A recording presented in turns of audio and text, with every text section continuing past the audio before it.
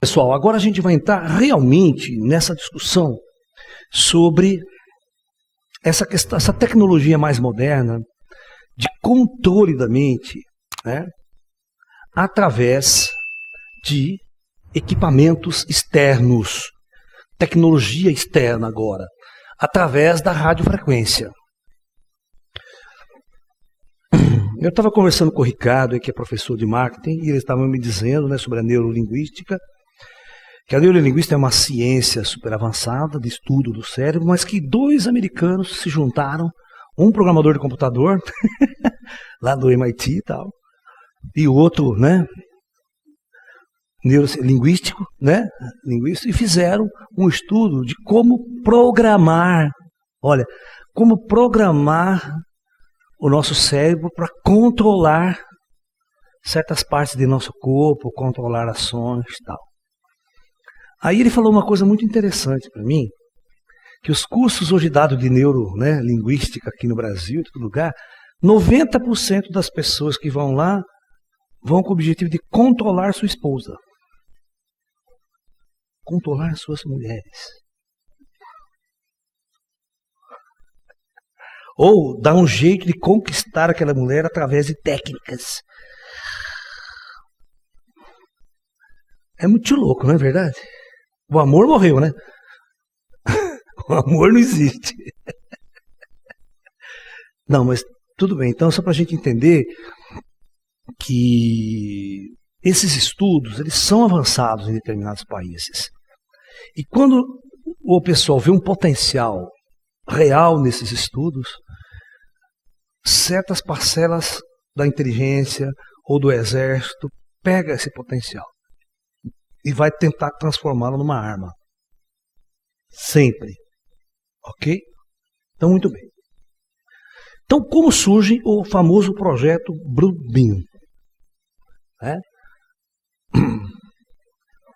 O projeto Bluebeam, segundo aí os especialistas, ele está altamente ligado à chamada Nova Ordem Mundial.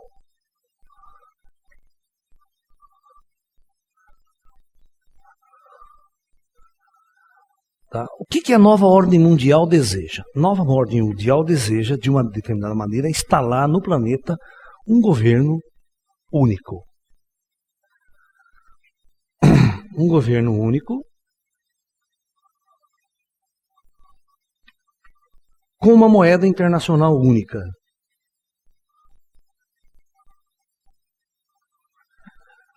Você sabe que após a Segunda Guerra Mundial, houve uma tentativa de fazer isso com a criação da ONU, a Organização das Nações Unidas.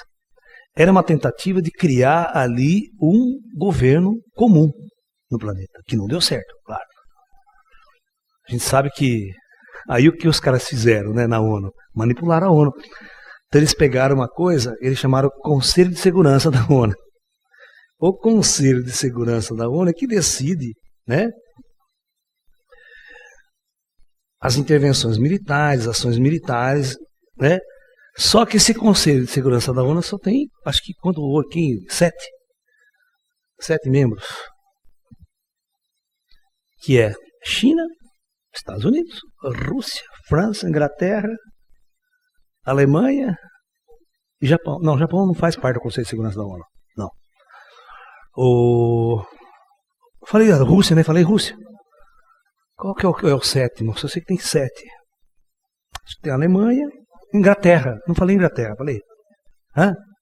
Então, Itália não. Não sei se é Itália. Não, eu acho que a Itália não faz parte.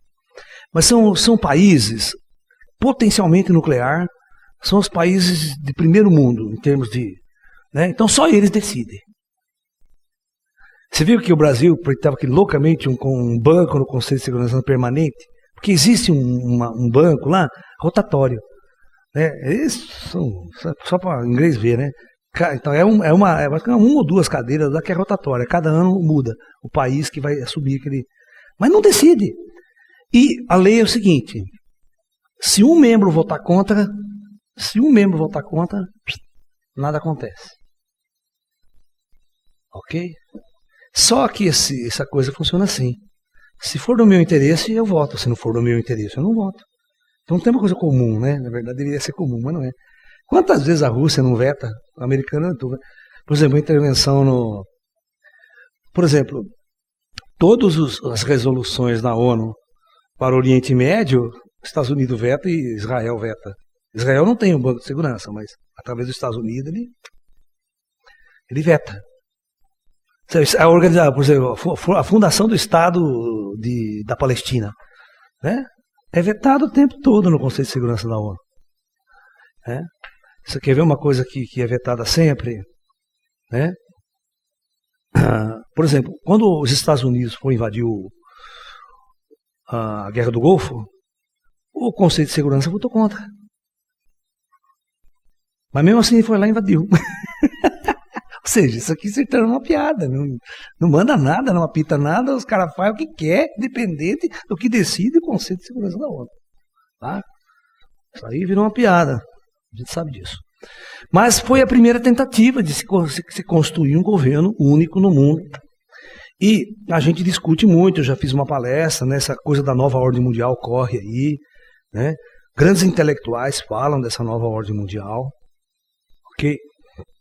Então, em cima disso, eu vou dar uma dica para vocês de como está a situação da nova ordem mundial, para a gente entender esse projeto Bluebeam e o que os caras querem fazer. Então, na verdade, reunir um bloco só, criar um governo único, certo? É o sonho de muitos ricos e poderosos deste planeta. Mas hoje nós temos um problema no planeta como ele está organizado. Nós temos 3 blocos separados e divididos. Esses 3 teriam que se juntar para fazer uma nova ordem mundial única. Primeiro bloco é o bloco ocidental, capitalista, ok? Baseado no capitalismo. Quem são? Europa praticamente toda, Estados Unidos. Europa, Estados Unidos. Neste local aqui, eu pergunto, aonde está o poder? Quem manda? Quem manda? Vocês vão entender quem é que manda no Brasil. Quem é que decide o que vai acontecer no Brasil? Quem manda aqui no Brasil? Vamos ver se vocês sabem. Não. Político não manda merda nenhuma. Nunca mandou. É o Odebrecht que manda. Quem manda é o Odebrecht, quem manda são a Vale do Rio Douro, são as grandes empresas de capital. Os bancos, que têm bilhões. Todas as vezes que vai acontecer uma eleição para presidente, deputado, senador, quem escolhe o candidato que põe lá? Quem dá dinheiro? Quem financia a campanha? Então as empresas, essas grandes capitais, nos Estados Unidos é a mesma coisa, na Europa é a mesma coisa. Essa empresa, ela pega o candidato dela, põe o candidato dela lá, elege o candidato dela dando muita grana, para esse cara ser o fantoche dessa empresa na hora de votar as leis, tomar as decisões. É assim que funciona o capitalismo. Vocês achavam que o político é independente e vota para você, para o povo? Isso é uma piada, vocês são muito ingênuos. Os Estados Unidos é assim. Os grandes empresários, as grandes indústrias armamentistas, todos são lobbies. Isso aqui chama de lobby. Eles chamam de lobbies. Então, o poder não está na mão do Estado. O poder está na mão de quem é muito rico. Por isso que todo ano tem uma reunião no mundo chamada Reunião dos Bilderberg. Já ouviu falar dos Bilderberg? Já ouviu falar dos Bilderberg? Nunca na vida? Meu, essa reunião acontece desde a década de 30, cara, lá atrás. Todo ano acontece uma reunião secreta. A primeira reunião foi num hotel lá da Bavária, chamado Hotel Bilderberg. Então por isso que até hoje chama os Bilderberg. Os mais ricos do mundo são convidados para essa reunião. 3 dias os caras ficam secretamente decidindo coisas sobre o planeta, sobre o mundo. Independente de governo, de político, de Estado e tudo mais. E isso aqui é real. Essa reunião existe. Tá? Engraçado que tem uns repórteres, né, que discutem essa nova ordem mundial, tal. Eles vão, quando vai ter a reunião, eles ficam lá, né, tentando entrevistar os caras, mas tudo entra secretamente, governador, presidente das grandes empresas, dos grandes bancos americanos, e ninguém consegue chegar perto dos caras para fazer uma entrevista e saber o que está acontecendo lá dentro. 3 dias enfornado num hotel, segurança por todos os lados, metralhador, ninguém entra. E não é uma reunião de Estado. Não é uma reunião oficial. Você tem que ser membro desse clube. E esses são os caras que querem implantar essa nova ordem mundial. Então veja bem, olha a diferença, que o poder não está no Estado, não é o político, não é o presidente que manda. Por isso que é perigoso. Uma guerra nuclear, ela não vai ser decidida pelo general, pelo político, pelo presidente que está lá no governo. Se os interesses forem quebrados das empresas, das multinacionais, dos bancos. Segundo bloco é o bloco que nós chamamos de socialista ou comunista. Né, o comunista, que é basicamente China e Rússia. Aqui, o poder está onde? Quem manda?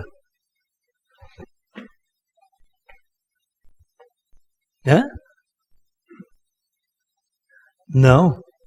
Aqui quem manda é o Estado. Aqui quem manda é o Estado. Aqui o poder está no Estado. Quem decide é o Estado.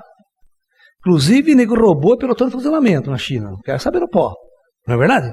Aqui político rouba, traz meio de cadeia e depois sai, né? Fica lá tomando banho de sol na piscina na casa dele. Acho que está preso. Prisão domiciliar não é prisão, né? O cara com 10 milhões na poupança, na prisão domiciliar, né? Eu compro uma fazenda, estou na minha fazenda, estou na minha casa. Certo? Prisão domiciliar, fazenda, no cavalo inteiro. Traz as mulheres da zona, tudo pra minha casa, todo dia. Mas beleza. Prisão domiciliar. Vocês têm que entender que aqui quem manda é o Estado. Aqui não tem empresa, não tem banco, não tem empresário. Aqui o governo é que decide. Todo o capital está na mão do Estado, que não está no capital. O capital no comunismo não tem capital privado. Hoje a China entrou numa economia de mercado, está um pouco diferente, tá? A União Soviética também, mas ainda é o Estado que manda. Aí quem decide é a elite de político mesmo, cara. Tá? O poder que está por trás. Agora o terceiro bloco.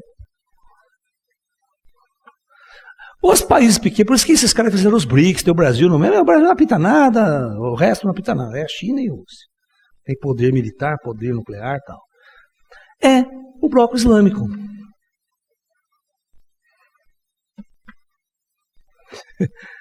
O bloco islâmico, onde está o poder? Vamos decidir agora. Quem manda? Hã? Aí que está. É o mais organizado possível. O poder não está no Estado, o poder não está no político, no presidente, nem em multinacionais, em ricos. Aqui. E outra, pior ainda, não tem fronteira definida. Aqui você sabe, ó, é a China e a Rússia. Aqui você não sabe quem que é. Você não pode delinear um país geograficamente, onde eles estão aqui. Inclusive hoje, se você vê o Estado Islâmico ele faz assim, ó, ele sai da Síria e pega a parte, tem a Síria aqui e parte do Iraque, tá? Aqui tem uma fronteira definida dos dois países, mas o Estado Islâmico ele não tem essa fronteira. Aí o terrorista islâmico está lá na França, está lá infiltrado nos Estados Unidos, tá? Eles não têm um Estado. Aí que complica, porque não tem como guerrear com esses caras. Ele está espalhado. E o poder está, como você diz, na religião, na doutrina. E esses caras sabem disso. É difícil uma guerra direta contra o Estado Islâmico.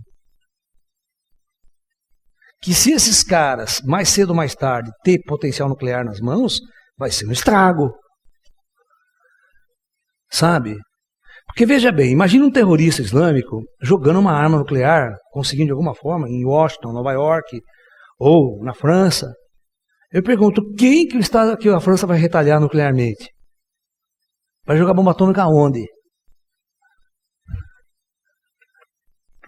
Por exemplo, quando o World Trade Center foi destruído por esses terroristas da Al-Qaeda, como que eu vou retalhar? Os Estados Unidos vai retalhar imediatamente. Vou atacar quem? Eles precisavam dar uma satisfação para o povo americano. Mas a retaliação dele foi contra o Afeganistão. Falar, vou chegar no Afeganistão porque os terroristas estão baseados lá, da mesma forma que hoje na Síria, tal, o Iraque, né? Eu só vou mudar o governo, porque o governo talibã que estava lá apoiava os terroristas. Então vou arrancar aquele governo do poder. Então foi lá com força aérea, bombardeou tudo e tentou mudar o governo e botar aquele governo anterior que era do estado dos talibãs. No intuito de... Mas você viu que o Paquistão, durante todo esse tempo, protegeu o Bin Laden? Bin Laden estava lá no Paquistão, morando numa casa, uma boa... Como se o serviço secreto do Paquistão não sabia que ele estava lá, né? Claro que sabia.